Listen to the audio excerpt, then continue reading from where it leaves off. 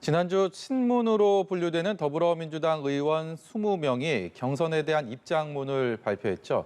민주당 대선 구도에 어떤 영향을 끼치게 될까요? 오늘 뉴스 1번지 1번지 현장에서는 이 입장문에 이름을 올린 김종민 의원과 얘기 나눠보도록 하겠습니다.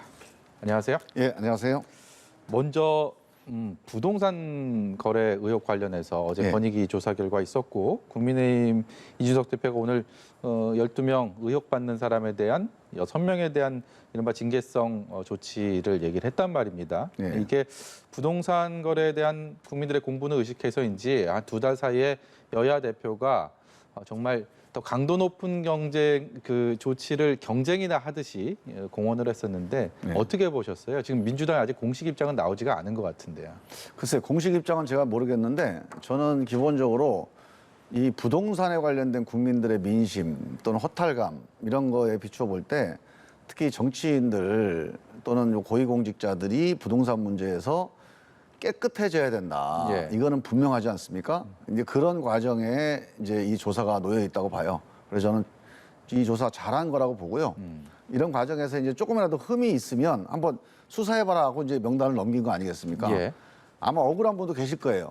근데 그래도 이 과정이 이 전체적으로 국민들의 신뢰를 조금이라도 좀 회복할 수 있는 그런 과정이니까 좀 적극적으로 대처를 하고 좀 당당하게 조사도 받고 또 그렇게 해서 이제 뭐 억울하게 눈총을 받았지만 사실이 밝혀져서 또 명예가 회복되고 이런 과정들이 저는 지금 우리 당도 그렇게 진행이 됐어요. 네. 그 많은 의원들이 이제 사실관계에서 큰 문제가 없다. 그래서 다시 이제 뭐 복귀도 하고 뭐 또 명예가 회복되고 했죠. 참 정치적으로 이렇게 막 과시하기 위해서 했다. 이렇게 시각을 볼 수도 있죠. 그런데 저는 그러니까 그런 점에서 좀 무리하다. 그런 항변도 있습니다. 그래서 뭐 그것도 일리가 있는 얘기입니다. 이렇게 정치적으로 과시하듯이 하는 건 좋지는 않죠. 근데 지난번 우리 보궐선거 이후에 부동산에 대한 국민들의 나름대로 불신, 뭐 불만 이런 게 상당히 높았기 때문에 네. 어떤 식으로든지 우리가 스스로 이런 자정 노력을 하는 게 불가피했다 이렇게 봅니다. 네. 본론으로 넘어가 보겠습니다. 예. 기본소득에 대한 토론을 이재명 지사 측에 제안을 하셨습니다. 그 민주당 후보들이 비단 이재명 후보뿐만이 아니라 너나 할 것 없이 복지 공약을 내놓고 있는데 굳이 기본소득을 꼽아서 여기에 대해서 좀 토론을 해보자. 특별한 이유가 있습니까? 그거는 조금 좀 다르게 알려진 거고요.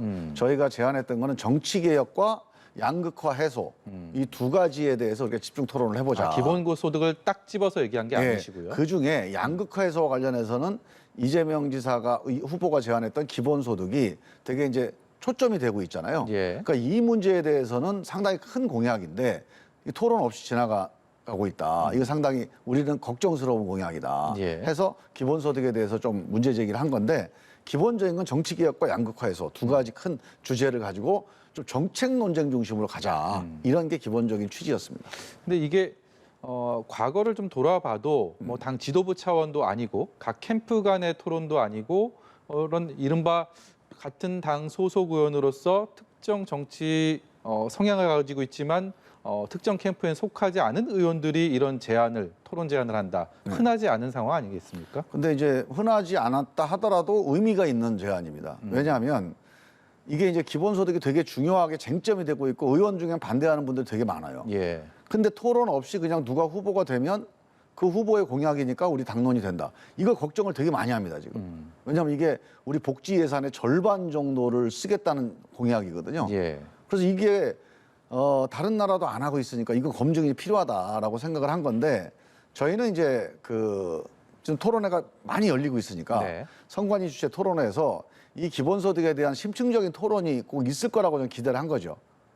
근데 선관위 토론에서는 너무 많은 주제를 다루다 보니까 기본소득 얘기가 나오긴 하는데 뭐 그냥 간단하게 문답하고 끝나버려요. 그러니까 핀셋 토론을 좀 해보자. 네. 그다음에 언론이나 이런 데서 토론을 많이 해요. 하는데 그 얘기거리가 많잖아요. 예. 무슨 뭐 예를 들어 지역 감정 발언이라든가 아니면 지지자들 간의 뭐 갈등이라든가 이런 여러 가지가 있으니까 이 기본소득 정책 논쟁을 그러니까 복지국가냐 기본소득이냐 이거 되게 중요한 문제예요. 우리 민주당이 앞으로 당론과 정책과 관련해서 이 논쟁이 거의 안 이루어지고 있어서 그렇다면 우리라도 한번 제안을 해보자고 제안한 거고요. 꼭 이거 민주주의 4.0에서 제안한 건 아닙니다. 그냥 개별 의원들이 뜻을 모아서 얘기를 한 거예요. 우연치 않게 민주주의 4.0 소속 의원들이 많았던 많았던 겁니까? 거죠. 그리고 이제 이거를 주관하게 되면 민주주의 4.0에서 토론을 주관해서 해볼 수는 있겠죠. 그리고 저는 선관위 주체로 해도 된다고 봅니다. 예. 우리가 이러이러한 질문들에 대해서 복지국가냐 기본소득이냐 한번 논쟁해보자. 이런 의견을 제시해주고 선관위가 그 내용을 받아서 집중적으로 이 문제만 가지고 1시간이고 2시간이고 한번 논쟁해보는 이런 과정과 이런 기록을 남겨둬야 이 기본소득에 대한 우리 당원들과 유권자들의 판단이 좀 더 정확해지지 않겠냐. 또 복지국가에 대해서도 선택할 수 있는 뭐 그런 판단들을 해보는 거죠. 그래서 이런 과정이 저 누가 주관이냐는 별로 중요하지 않다고 봅니다. 선관위 주관으로라도 집중 토론, 복지국가냐 기본소득이냐 여기에 대해서는 한번 짚고 넘어가는 게 좋겠다 이런 의견이죠. 이 공교롭게도 그런 토론을 주장하고 계시는 민주주의 4.0 소속 국회의원분들 대다수가 특정 후보 캠프에 몸을 담지 않고 있습니다. 예. 그렇기 때문에 이른바 민주당 내 제3지대가 계속 선거 때까지 이어질 것인지 아니면 어떤 특정 후보의 몸담을 계획인데 그것을 다른 쪽으로 지금 활용하고 있는 건 아닌지 이런 경계의 눈초리도 분명히 있는 것 같습니다. 근데 그건 뭐 경계의 목소리는 그 이제 정치적인 근거 없는 의심이고요. 네. 특정 후보를 지지하는 뜻이 분명하다면 가담을 안 할 이유가 없죠. 정치인이. 그건 불가능한 얘기입니다. 예. 일단 이렇게 돼 있죠. 민주주의 4.0 회원이 한 60명 됩니다. 의원들이. 그중에는 이재명 후보를 지지하는 분도 여러 명 있어요. 이낙연 후보를 지지하거나 그 캠프에 가 있는 분, 정세균 후보 지지하는 캠프에 가 있는 분, 김두관 후보한테 가 있는 분 이렇게 다 다양하게 구성이 되어 있군요. 흩어져 있습니다. 그런 분들이 한 50분, 아니 40분 가까이 돼요. 그리고 한 20여 분 정도가 예. 어느 캠프에도 참여를 안 하고 있는. 그 예를 들어 특정 후보를 반대하거나 그 특정 후보를 약간 뭐 선호하거나 하는 선호도는 분명히 있습니다. 예. 하지만 그거하고 캠프에 가담해서 적극적으로 선거운동하는 건 또 다른 거거든요. 그래서 캠프에 명시적으로 가담 안 한 후보들이 한 20여 분 되는데 이런 분들끼리 우리가 누구를 지지하느냐 마느냐를 얘기하기는 어렵고 그건 각자 알아서 이제 선언을 하든지 선택하면 되는 거고 집단적으로 할 수 있는 거는 정책 논쟁, 특히 정책의 방향에 대한 특히 복지국가냐 기본소득이냐 이 문제는 복지국가 쪽에 우리는 더 기울어져 있습니다. 그게 옳다고 생각하는 사람들. 예. 그런데 우리가 일방적으로 이런 주장을 해봐야 소용이 없으니까 후보들과 한번 토론을 한번 해보자. 우리 의견도 얘기할 테니까. 뭐 이런 취지에서 제안을 한 거고요. 뭐 다른 정치적 뜻이 있다 이건 전혀 아닙니다. 예.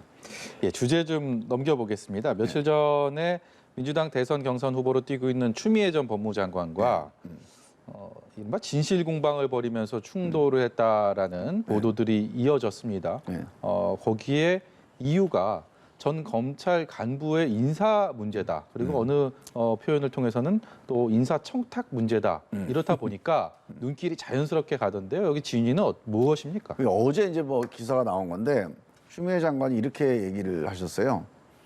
그 김종민 의원이 적폐 검사의 인사 청탁을 했다. 근데 이거는 뭐 100% 거짓말입니다. 사실이 아니에요. 저는 처음에 이제 추 장관이 약간 기억에 착오 아닌가 해서 어제 제가 사실관계만 쭉 해명을 했어요. 그랬더니 당신한테 전화를 12시까지 4번이나 해가지고 인사청탁을 했다. 이렇게 얘기를 하더라고요. 그러니까 이거는 단순 착오는 아닌 것 같고 저는 이건 허위 사실입니다. 100%. 제가 그 검사 인사와 관련해서 전화를 한 적이 한 번 있습니다. 그건 뭐냐면 저는 그 검사가 누군지도 몰라요. 그 검사하고 접촉해 본 적도 없고 부탁을 받아본 적도 없습니다. 단지 그 검사가 그 이성윤 당시 서울중앙지검장과 가까운 검사인데 예. 추미애 장관이 윤석열 총장을 징계하는 걸 보고 반기를 들고 사표를 냈다. 이런 소문이 돌았는데 이어서 근데 그 검사 본인은 뜻이 자기가 법무부에 반기를 들고 사표 낼 뜻이 없는데 주변 검찰 내의 압력 때문에 떠밀려서 사표를 낸 것 같다더라. 그런 소리가 있으니까 한번 알아봐라. 당연히 제 입장에서 볼 때 그렇게 사표를 내면 누구한테 타격이 가겠습니까? 추미애 장관이 타격을 입을 거 아닙니까? 네. 그래서 추 장관한테 얘기를 해준 거죠. 이런 얘기가 있으니 그 당사자를 불러다가 본인 뜻인지 정확히 확인해 보시고 처리하십시오. 이러고 제가 조언을 해준 겁니다. 그러니까 그 검사를 위해서 그 검사를 봐달라고 얘기한 게 아니고 예. 추미애 장관을 위해서 추미애 장관에게 어려운 상황이 되지 않도록 한번 신중하게 살펴보고 판단해봐라.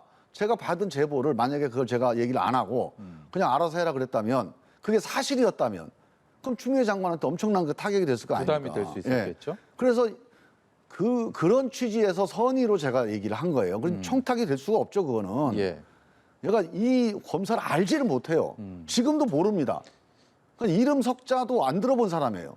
그러니 이 사람을 내가 어떤 사람이고 왜 하고 이럴 이유가 없는 거죠. 추 전 장관과 평소에 뭐 의원으로서 관계가 어땠습니까? 좋았습니까? 아니 누구나 다 알지만 제가 추 장관 취임할 때부터 퇴임 때까지 사퇴할 때까지 1년 동안 수많은 곡절이 많았잖아요. 예. 거기에 제일 앞장서서 추 장관에게 그 수많은 공격들을 앞장서서 같이 방어해주고 같이 돌을 맞았던 사람이에요. 그런데 왜 제가 조국 추미애 이 법무부 장관이 2년 동안 검찰개혁의 가장 일선에서 함께 싸웠던 사람입니다.